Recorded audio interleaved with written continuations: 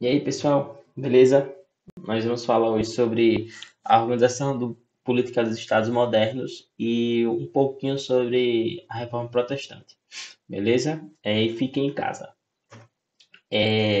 Como vocês sabem, a ida para o Estado moderno foi o fim da Idade Média. E a Idade Média nós tínhamos os senhores feudais, tá? Os pequenos reinados que existiam uma grande quantidade de poder. Só que não era absolutista, ele não tinha o poder 100%, o rei, né? E com essa ida para a Idade Moderna, o rei vira absoluto, o rei vira o dono de tudo. Passa a mandar em todos os locais que ele governava, tá? E aconteceu que também os estados começaram a se formar. A Inglaterra se formou, a França já tinha se formado antes, aí em Portugal, mas não tinha esse poder 100%, porque tinha muitos senhores feudais, né, donos de terras. Mas aí o rei moderno, né, já começa a ter todo o poder. Por exemplo, o rei da França mandava em tudo. Quando era o senhor feudal, não, mandava apenas no local. Simplificando para vocês. Ó, vamos dizer que o senhor feudal seja um prefeito de uma cidade que manda naquele território. E o rei absoluto, que é o moderno, seja o presidente que manda em todos. Beleza? Então, esse seria como o poder ficou concentrado nas mãos do rei. O rei, ora, podia fazer o que quisesse quando quisesse. Nós já até representamos isso na sala de aula, né? Bem, como os burgueses entraram nesse negócio aí? Ora, eu sou rico, o rei tem poder. Vamos fazer uma aliança então, né? Com essa aliança, os burgueses começaram a ter autonomia de venda, de compra, de poder ser o comerciante que eles eram, e o rei começou a ter dinheiro. E além do mais, o rei começou a dar títulos para os burgueses, vendendo títulos, o que acontece até pouco tempo, né? Até o século XIX acontecia isso, com o Império Brasileiro e com outros impérios.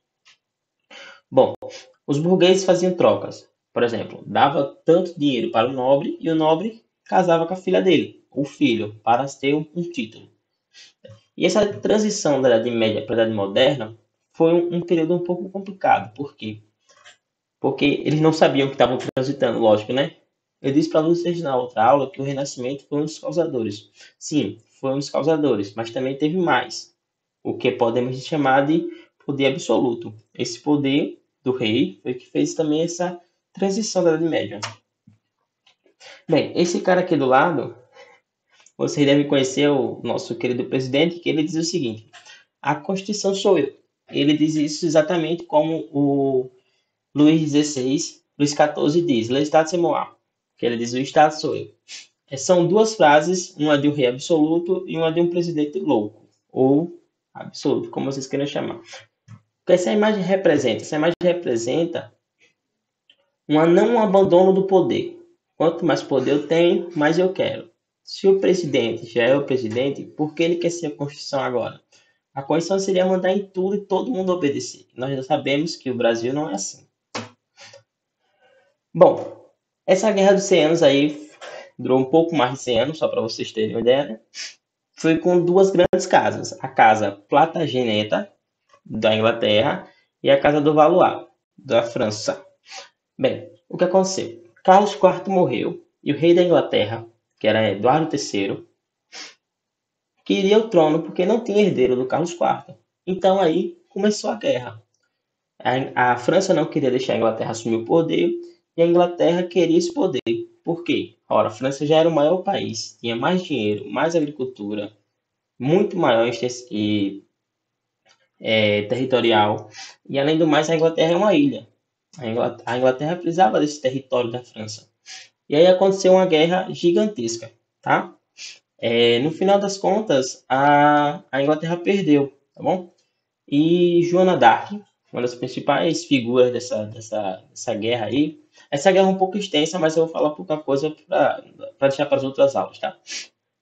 Joana d'Arc foi uma das principais pessoas da guerra, figuras da guerra, porque ela era uma mulher, não podia participar da guerra de hipótese nenhuma, e participou. Como? Ela tem 16 anos, tá? Ela virou um símbolo. Ela botou uma roupa masculina, isso eu já falei para vocês, e foi para a guerra. E aí causou mortes para as pessoas que estavam nessa guerra, fora as batalhas que ela ganhou, né?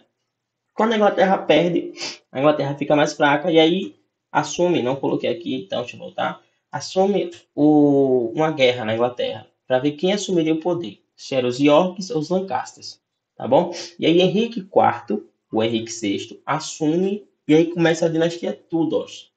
Com essa dinastia nós temos várias coisas, como a Igreja Anglicana, que eu já cansei de falar para vocês. Depois vem a sucessão de tronos, a primeira mulher, a Elizabeth I, que é a primeira mulher a subir no trono. Eu já falei isso para vocês várias vezes. A luz caiu aqui, deixa eu deitar. Desculpem. Já falei isso para vocês várias vezes. Então, vamos lá. Reforma religiosa. Isso aí é uma das coisas mais importantes que nós temos hoje em dia. Porque quem é evangélico sabe, foi por causa disso. Isso é chamado de protestantismo, tá?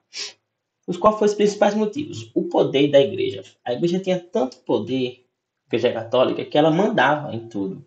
Isso aí começou a deixar as pessoas um pouco tipo, não tô entendendo.